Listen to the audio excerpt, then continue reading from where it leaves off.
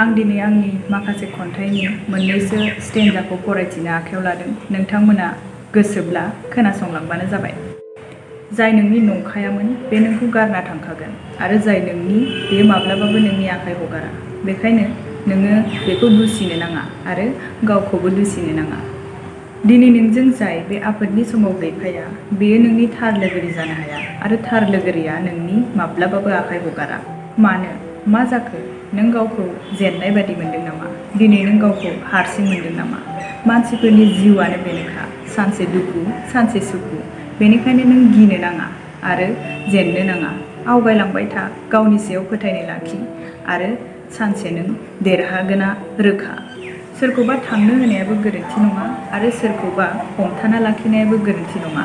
खालि नों थिरांथा लानो हानांगोन बबे मोनसेया नोंनि थाखाय साबसिन, हमथाना लाखिनाया ना सोरखौबा थांनो होनाया। आं मोनसे बाथ्रा बुंनो, जाय नोंखौ मोजां मोनो बेखौ गनायनानै लानो नाजा। जाय नोंखौ मोजां मोनो बेखौ गनायनानै लानो नाजा आरो जाय नोंखौ मोजां मोना बेखौबो नायनो दाबा।